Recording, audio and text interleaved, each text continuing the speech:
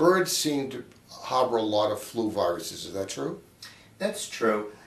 There are several natural animal hosts for flu. Birds are one, and pigs are the other.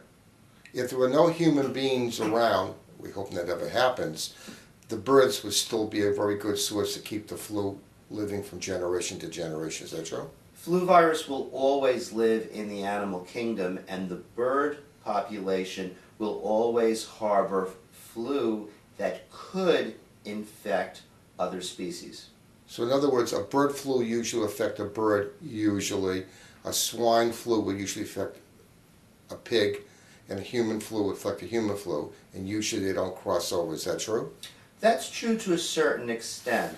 However, what happens with influenza is that when a flu is in an animal species, such as a bird, it will go through continuous mutations over time. And eventually a mutation will occur which allows the flu to cross over and infect a human population. In the great flu epidemic of 1918, it was also an H1N1 flu. Is that true?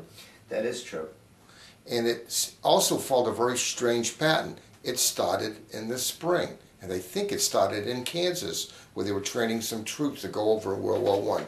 Is that true?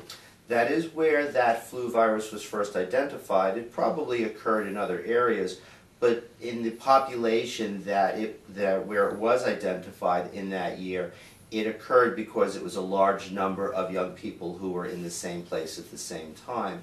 So it allowed for the transmission of the virus to be much more aggressive. And because we were sending troops over to Europe, if it did start there, we also sent over the virus with it. Is that true?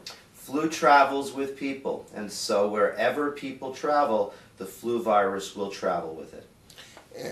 Medical education and medical doctors at that time weren't as sophisticated as we were today, but there were many, many doctors way advanced at the time that were starting to think that maybe this type of illness they were seeing was a viral illness, yet some thought it was a bacterial illness. Is that true? That is true. Over the years, it has taken a tremendous amount of work to understand the nature of the illness flu. And back in 1918, we were at the very beginnings of understanding the different types of microbes that were causing infection.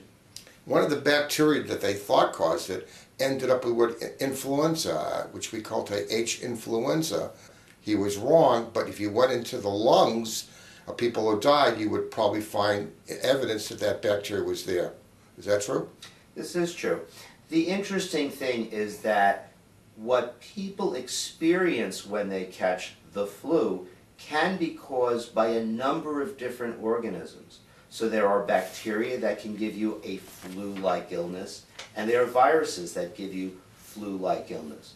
However, when we talk about the flu in this day and age, we're talking specifically about flu that's caused by the influenza virus.